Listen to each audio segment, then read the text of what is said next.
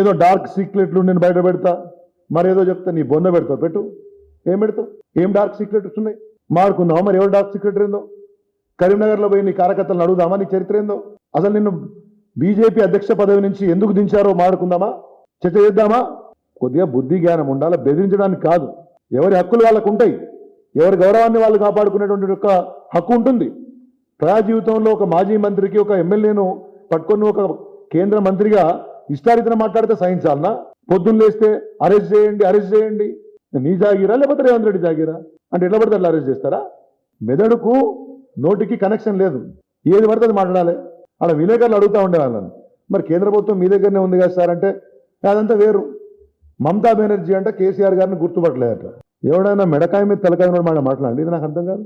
బుర్రల కింద గుజ్జునోడు కేసీఆర్ అంటే మమతా బెనర్జీ గుర్తుపట్టలేదట. నువ్వు ఏంది, నీ దుకాణం ఏంది, నీ కథ ఏంది? అసలు నిన్ను తెలంగాణ రాష్ట్రంలో కేంద్ర మంత్రి ఎవడన్నా గుర్తుపడతాడా? పోనీ కేంద్ర మంత్రి అంటే కూడా ఎవడన్నా అరే నేను కేంద్ర మంత్రి అయినా బ్రహ్మాండంగా మాట్లాడతాను అనుకుంటారా?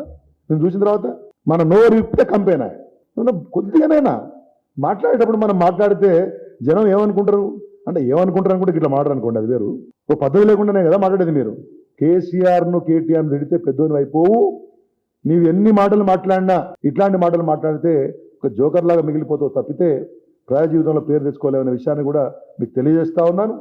దమ్ముంటే చేతనైతే ఏదో పెడతానంటున్నావు బయట పెట్టు, నీ సంగతి కూడా మేము చూస్తాం.